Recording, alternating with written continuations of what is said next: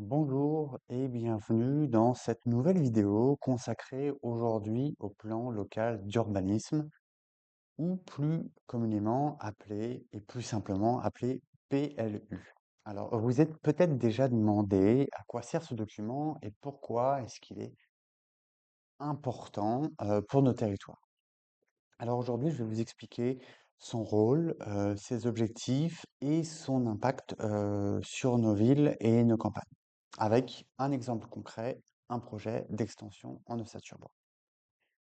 Donc le PLU, c'est un document qui permet d'organiser l'aménagement des territoires. Donc il fixe les règles d'utilisation des sols, comme déterminer où construire, où préserver et comment aménager les espaces. Il joue un rôle central pour concilier développement économique, protection de l'environnement et qualité de vie des habitants.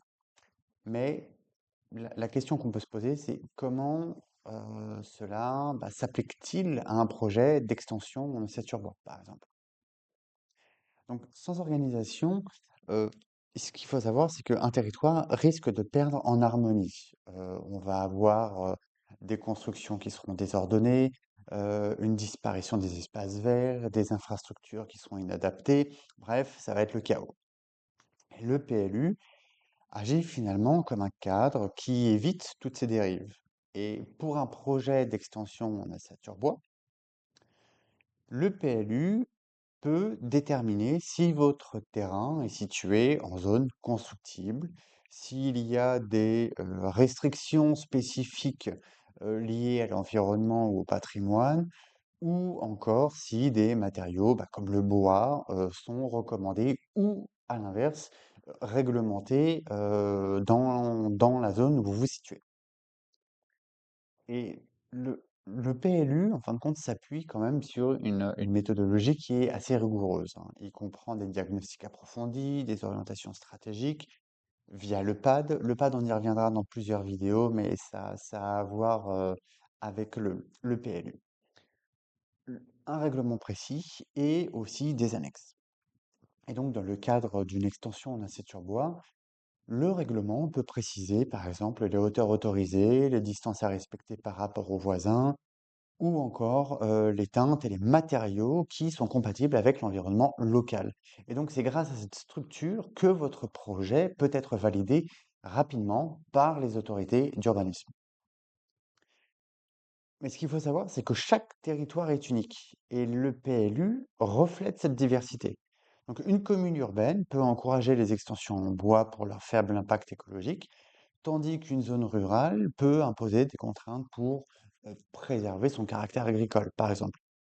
Un autre exemple, un projet d'extension bois dans une commune proche d'un parc naturel devra respecter des règles strictes pour ne pas perturber l'écosystème local.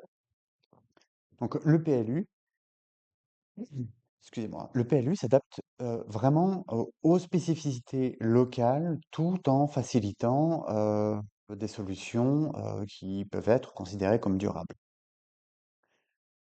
L'élaboration, et la révision aussi d'un PLU, impliquent directement les citoyens. Heu, Vous comme moi. Il y a des enquêtes publiques, il y a des réunions de concertation, de consultation, qui font partie un petit peu, même beaucoup, des étapes clés pour intégrer vos avis. Vous pouvez par exemple défendre l'intérêt des constructions en bois comme alternative, heu, écologique et esthétique pendant ces échanges. Et donc, votre implication en tant que citoyen peut influencer les orientations futures du PLU de votre commune.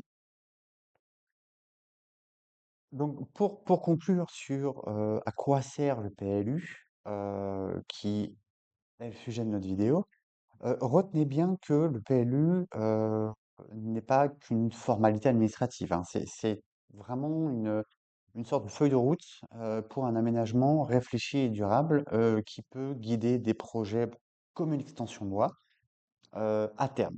Et donc, en protégeant l'environnement, en répondant aux besoins des habitants et en anticipant les défis futurs, le PLU, en fin de compte, joue un rôle central dans le développement de nos territoires. Euh, Si vous avez un projet et que vous souhaitez le concrétiser, nous vous invitons vraiment à commencer par consulter le PLU de votre commune pour bien comprendre les règles. Merci d'avoir suivi cette petite présentation. Si vous avez des questions ou des remarques, n'hésitez pas à les laisser en commentaire. Pensez également à vous abonner pour découvrir d'autres vidéos sur des sujets liés à l'urbanisme et à la gestion des territoires. À bientôt.